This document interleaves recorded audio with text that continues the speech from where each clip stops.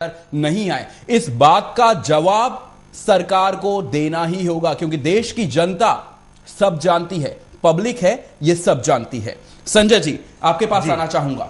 ये जितने भी मैंने उदाहरण इस समय जफर साहब को गिनवाए, आपने देखा साफ तौर से जवाब नहीं देना चाह रहे थे। जी जी, ये मैं वही सवाल आपसे करूंगा और मैं आपसे चाहूंगा आप दो टूक मुझे जवाब दें। आप क्या समझते हैं, ये धर्म की राजनीति की जा रही है? बिल्कुल धर्म की राजनीति की जा रही है, वोटों की राजनीति की जा रही है, बिल्कुल इसमें कोई दो राय नहीं है जी। और जहां तक संविधान का सवाल है जी, तो मुझे नहीं लगता, वो कार्टून मैंने खुद देखा है, मैं फेसबुक यूज करता हूं, फेसबुक पे आरक्षण विरोधी मोर्चा हमारा भी ग्रुप है, वहां पे हम पूरे दिन मतलब जो लोगों की पोस्टें देखते हैं, तो मैंने भी वो कार्टून देखा है। वो कार्टून कहीं से भी भारत के राष्ट्रीय चिन्ह से नहीं मिलता जी। यदि उसमें भारत के राष्ट्रीय अशोक स्तंभ में जो शेर का मुंह है, अगर उसको ही बदला गया होता तो आप कह सकते थे कि ये उसका अपमान किया गया है। उसमें स्पष्ट रूप से 3 भेड़िए बनाए हुए हैं, मुंह से लेकर के पैर तक, वो कहीं भी नहीं मिलता। और सबसे बड़ी चीज, जो अशोक स्तंभ है उसकी बीच की पट्टी पे एक गोला बना हुआ है, चक्र बना हुआ है जी। उस चक्र के अंदर 24 तीलियां हैं, वो तो उसमें नहीं है, वहां डेंजर का निशान बनाया हुआ है। तो ये राष्ट्रीय चिन्ह तो है ही नहीं। कोई भी व्यक्ति इस चीज को प्रूव नहीं कर सकता कि वो राष्ट्रीय चिन्ह है।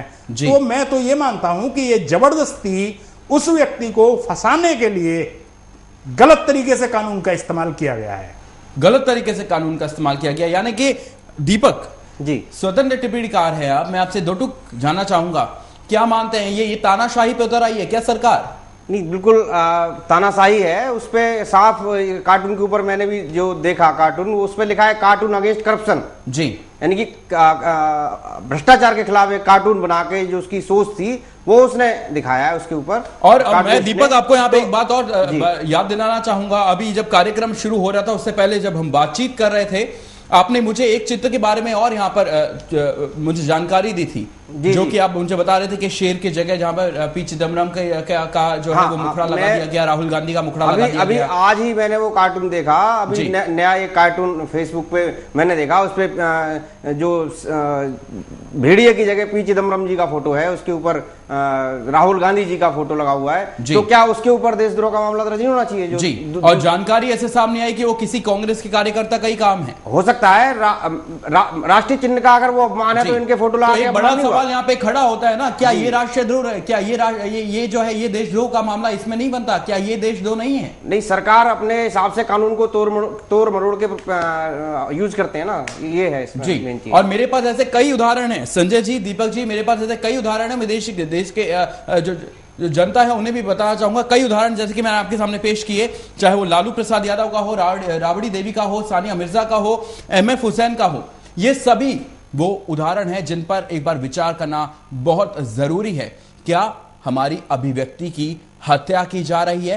क्या अब समय आ गया है कि हमें इस तरह से चुप्पी साध के रहना होगा, खामोश रहना होगा, या फिर सरकार के खिलाफ आवाज उठानी ही होगी? जो भ्रष्टाचारी लोग हैं उनके खिलाफ आवाज उठानी ही होगी। इस बात पर हम आगे भी चर्चा करेंगे। फिलहाल एक छोटा सा ब्रेक, बने रहिए हमारे साथ।